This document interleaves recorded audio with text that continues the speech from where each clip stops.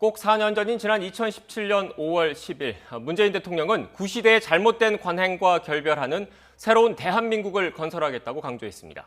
국민과의 적극적인 소통도 약속했습니다.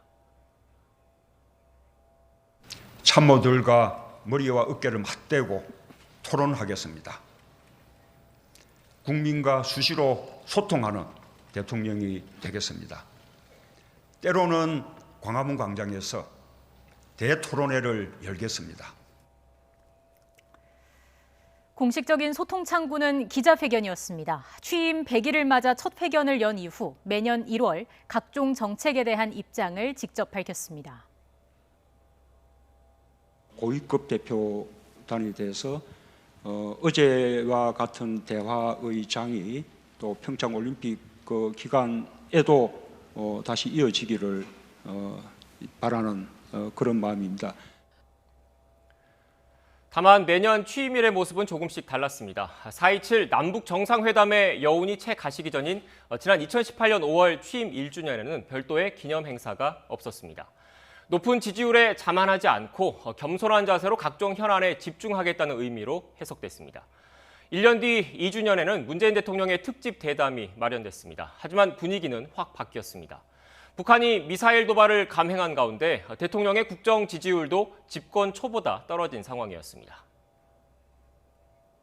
북한의 이런 행위가 거듭된다면 지금 대화와 협상 국면을 어렵게 만들 수 있다라는 점을 북한 측에 경고를 하고 싶습니다.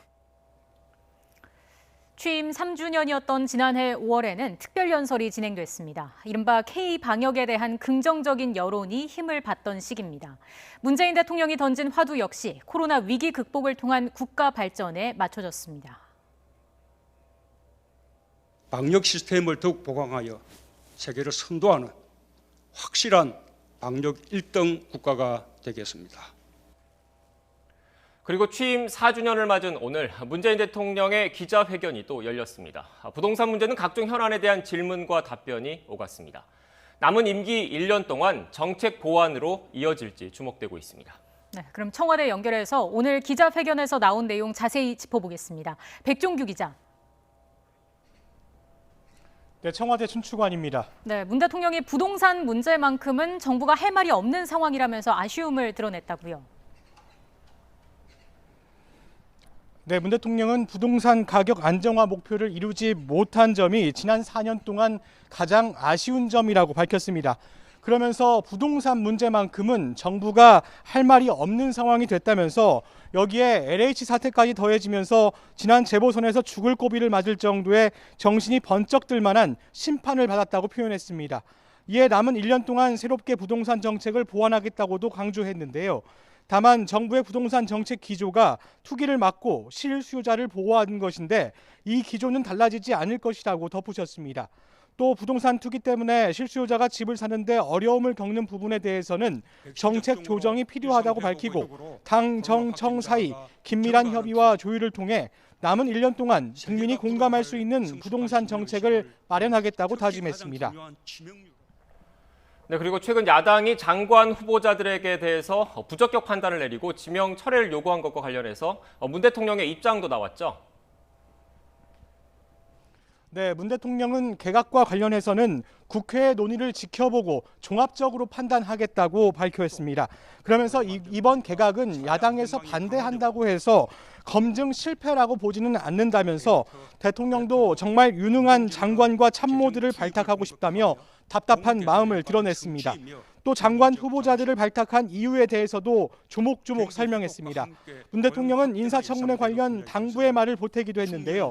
지금의 인사청문회가 능력 부분은 제쳐두고 오로지 흠결만 따지는 무한주기식 청문회가 된 점은 아쉽다며 이런 방식으로는 좋은 인재를 발탁할 수 없다고 강조했습니다. 이와 함께 다음 정부에서는 더 유능한 사람을 발탁할 수 있도록 인사청문회 제도에 변화가 필요하다는 점도 덧붙였습니다. 도덕성 검증은 비공개 청문회를 진행하고 공개 청문회에서는 정책과 능력을 따지는 방식이 필요하다며 청문회 방향성을 제시하기도 했습니다.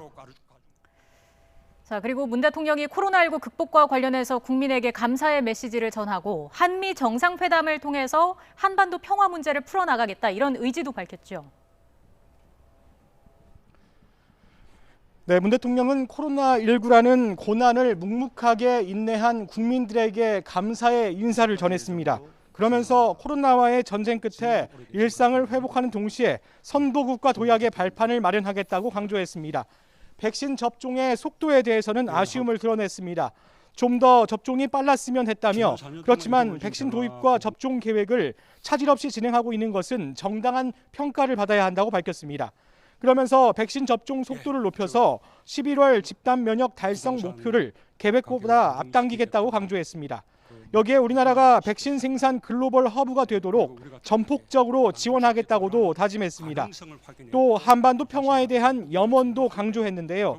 남은 임기 1년을 미완의 평화에서 불가역적 평화로 나아가는 마지막 기회로 여기겠다며 5월 말에 예정된 한미 정상회담을 통해 한미 동맹을 굳건히 다지고 남북, 북미 사이의 대화를 복원하겠다고도 강조했습니다. 북한의 최근 반응에 대해서는 대화를 거부한 것으로 생각하지 않는다며 다시 한번 마주 앉아 협의할 기회가 주어지기를 기대한다고 밝히기도 했습니다. 지금까지 청와대 춘추관에서 YTN 백종규입니다.